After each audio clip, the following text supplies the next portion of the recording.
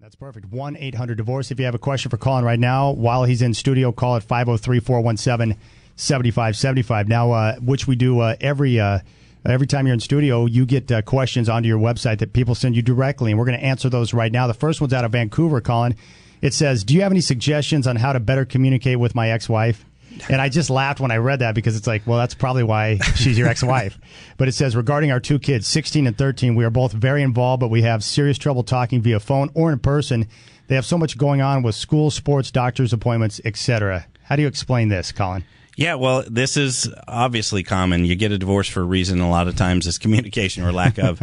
But, parents aren't necessarily trying to destroy each other or the relationship with the kids. They don't get along. That's fine.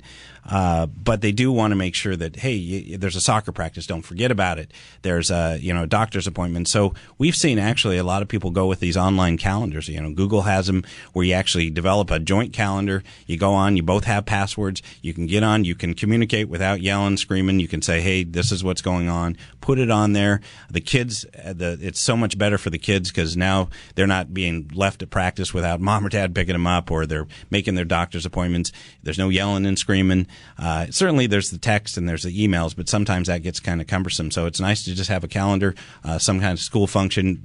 One parent usually is getting the notes. They can put it on there, and then they don't have to get into arguments or use the kids as a mule. So that's a good way to go.